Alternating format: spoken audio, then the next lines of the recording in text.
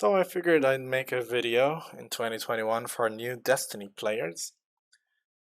I had played Destiny 1 beta on PlayStation 3 way back, and now I'm back playing Destiny 2 as a new player. So I figured I'd make a video talking about some of the things I wish people had told me when I started to play. So when you create your character, first of all, you can select the species of your character. So this one is an exo, this one is a human, and this one is an awoken. These are things that are somehow loosely related to the story, and maybe there are some things like Easter eggs in terms of communication. Like when characters are talking to me, they might say a word or a line different if I'm a human or if I'm an exo. Other than that, it doesn't really change much as far as I can tell.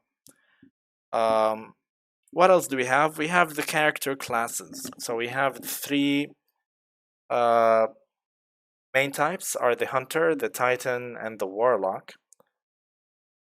Now, you can try them all and go with whichever you like the best, or you can play all three like I do, depending on how much time you've got, of course.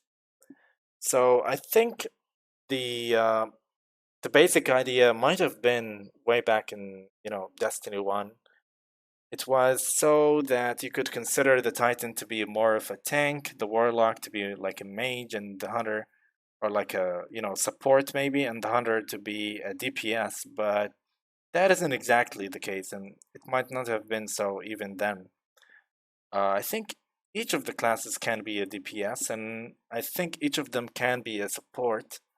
But in terms of the tankiness of each, you can change the stats of your character to be more tanky, but in terms of a tank that actually tanks damage or prevents your teammates from getting damaged, then the Titan is more specialized in that respect.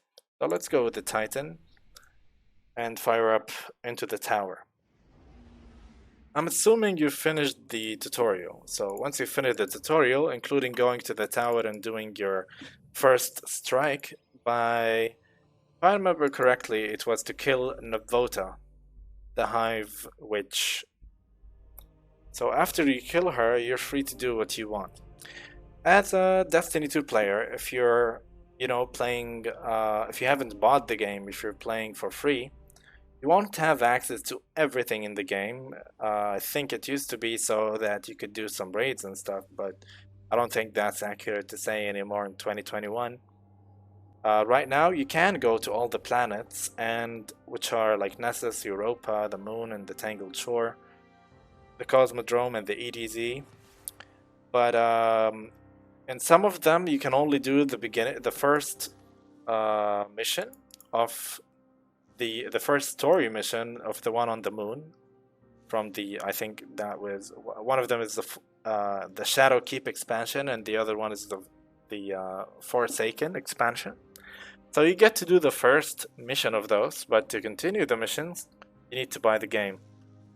So this is Forsaken, and this is Shadowkeep on the moon. Right, so let's talk about once you get to the tower, or what you need to do on a daily basis. For me, or what I would advise you to do as a new player, is every day you start playing the game, you come here to the tower, and you talk to the NPCs we have here. Like here we have Zavala, who's like the leader of the Guardians, more or less.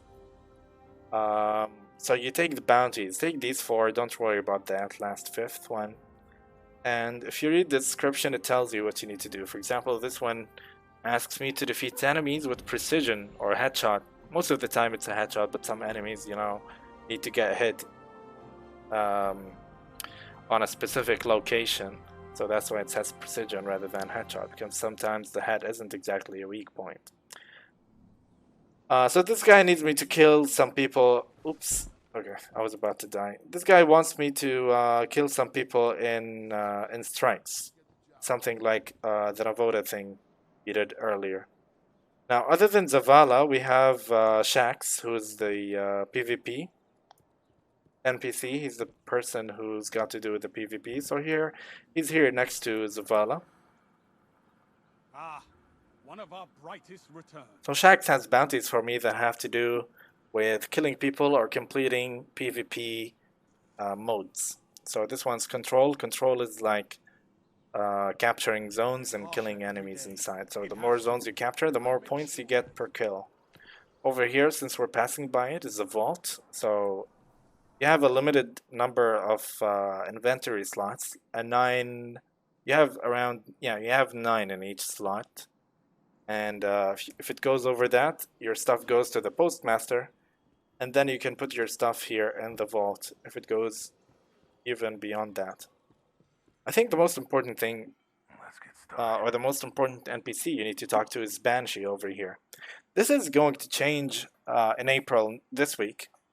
I think it's this week or next season. But anyway, because we'll have a new NPC that has something to do with mods, armor, and weapons. So this guy right now, he just gives me bounties, and the bounties give me something called, other than the XP, it gives me mod components, and he does give me enhancement cores as well, which helps me upgrade my weapons and armor. At any rate, these mods that he gives me change some elements of my gameplay. For example, this one reduces the flinch when I'm aiming down submachine guns, while this one increases my accuracy and rate speed while firing from the hip. Right now, these change daily, but the latest TWAB this week at Bungie, the blog post, it talks about making some mods change weekly rather than daily to reduce the FOMO, you know, the fear of missing out. So Banshee does have some really great mods that you can put on and change your playstyle. How does it change? So where do you equip the mods? You know, each of your armor pieces has a different energy levels. Like this one, for example, I just got this one. It starts at 2, but you can upgrade it up to 10. This one, I think most of my armor, yeah, I've upgraded it up to 7. Because it starts using up more rare components. Like here we can see it needs enhancement prisms. At any rate, so this one can take up 7 energy, and then the mods themselves have an energy cost. This one has 3, this one has 4. Add them together, you get 7. If I want to equip some more, I'll have to either take these out or upgrade my armor. So that's that for mods. If you've got a clan, you can come talk to this lady over here. Her name is Soraya Hawthorne, and I'm failing at jumping today. There we go. So this one gives you bounties for your clan. Hi. These are the clan bounties, meaning you complete them by playing some missions with your clan.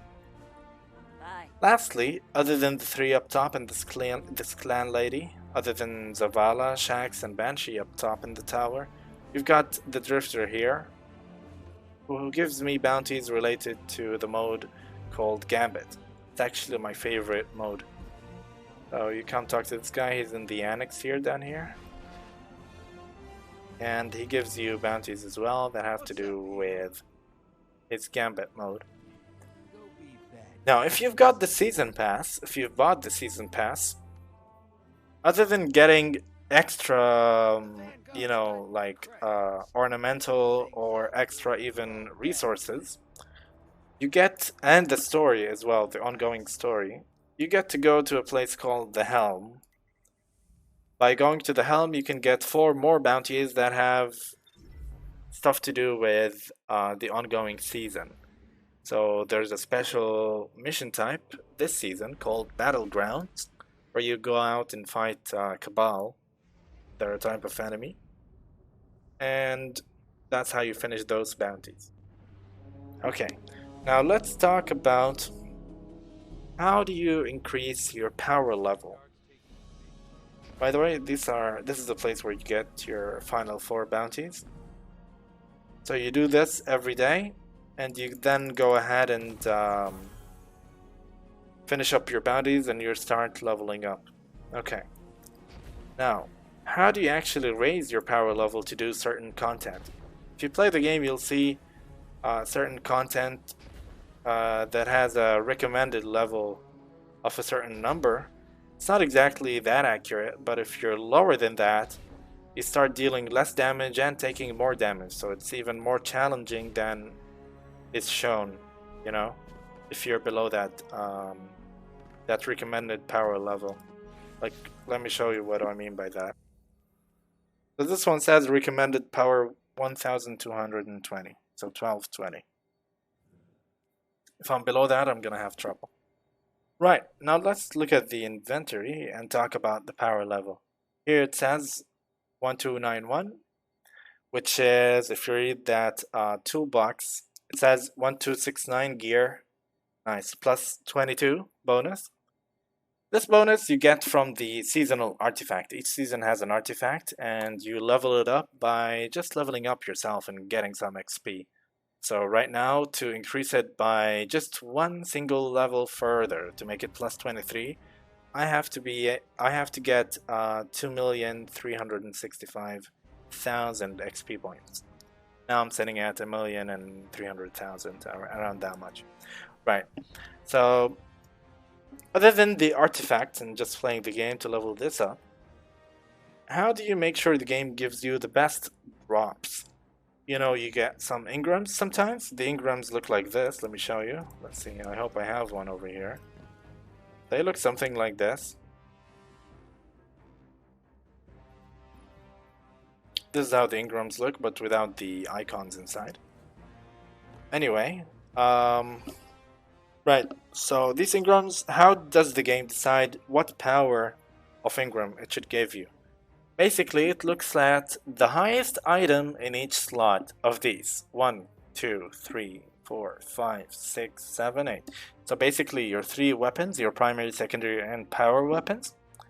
And your helmet, gauntlet, chest armor, leg armor, and your accessory, be it this Titan mark or your cape as a hunter or your bracelet or whatever as a warlock, right?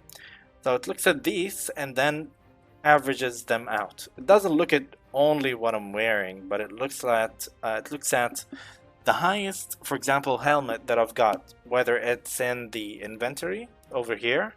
For example, the highest one I've got here is this one at 1303. I could have some extra ones in the vault. Here I can check my vault as well, in addition to the one in the tower. So if I look at my helmet, I don't think I have any. It doesn't seem like I have any helmets here. Not for my Titan anyway. So it looks at those as well in the vault. I'm not sure if it looks at the ones in the Postmaster. But at any rate, it looks at the highest one, the highest helmet that I've got, the highest power, the highest gauntlet, the highest chest armor, the highest leg armor, etc. And then it adds them up and divides them by 8, basically. That's how you get your average, my average here being 1269.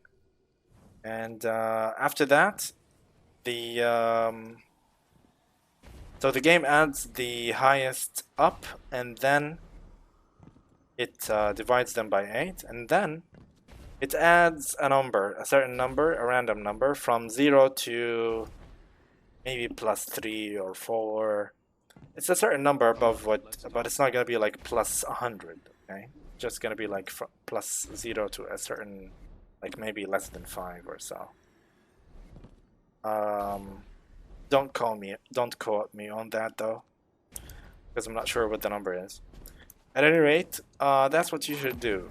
So basically, to raise your power level, you should every day go and collect your bounties so that you can at least raise your artifact level, in addition to getting some mod components and whatnot, raising your season level as well. Other than that, you need to go and get drops, basically. Just play the game, get drops, and make sure, even if you don't like the stats of a certain helmet, like let's say, let's look at like this one, okay? Everything, although it's a higher level than my currently equipped helmet, the stats themselves are actually lower. So Despite that, I would keep this one. Well, I would have kept it if I didn't have a higher leveled helmet. So let's say it's this one, right? So I would keep this one even if it was worse than the helmet I've got equipped, because I want a higher power level helmet in the future. Right, so let's say as a new player you start out at power level 1100. Then you keep playing the game, you will hit a cap called the legendary cap. That's at a level of 1250. Good timing. I was just After you hit 1250, how do you raise your power level? Well, there is some content here you can see that is marked by this yellow coin circle emblem thing, right? So this one, for example, tells me I've got to do 3 Gambit matches to get Pinnacle gear, which is the top gear you can get. Before you reach 1300, okay, let me rephrase that. So from 1100 to 1250, you basically just play the game, okay? Get drops and keep the higher leveled items in your inventory, and then get more drops and so on. After you reach 1250, you need to do these yellow reward, these quests, right? Basically these missions that give you, instead of powerful reward, it would say powerful gear for you. Then after you hit 1300, you max out at 1300 by doing powerful gear missions. good to see you, Guard. Then you have to do Out there. Pinnacle gear. So stuff, it could be the same stuff like Vanguard, Crucible, Gambit and whatnot, but it can involve harder stuff like dungeons and raids. And then the maximum for that is gonna be 1310, so 1310. To go above that, you will just need to level up to get your artifact bonus. That's pretty much it.